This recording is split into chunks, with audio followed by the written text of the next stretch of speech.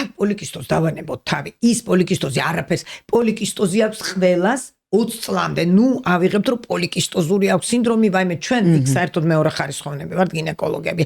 თუ იქ დიდი კისტა არ არის, რაღაცა თანდაყოლილი ან რაღაცა პოლიკისტოზის პრობლემა მოხსნილია, არ არის. აქ ლაპარაკი არის რომ თუ გიპერინსულინემიაა და ჭარბი წონა, როგორმე ნუტრიციოლოგი, ტრენერი კარგი და ვარჯიში ამბავს და დაურეგულიროთ. იცით რა, ბევრი მშობელი მოდის, ის არის დატვირთულია სკოლაში არ მაინტერესებს ნოთხარი, უნდა გაანაწილოთ. იმიტომ რომ მე მოიკითხენ აი ახლა რაც ხდება აუცილებლად. ან ზოგჯერ მოდის ციკლების გადაცდენა, არარეგულარულია, 13-14 წლის არის, მაგრამ არ არის გიპერინსულინემია, ძალიან გამხდარი ბავშვია. აი ამ შემთხვევაში სხვა დახმარება უნდა, ხო? ვარჯიში მაინც მნიშვნელოვანია. მიხდი გიპერინსულინემიის გარდა იქ კიდე სხვა მექანიზმები ერთვება, როდესაც საკვერცხლის მუშაობაში უწყობს ხელს.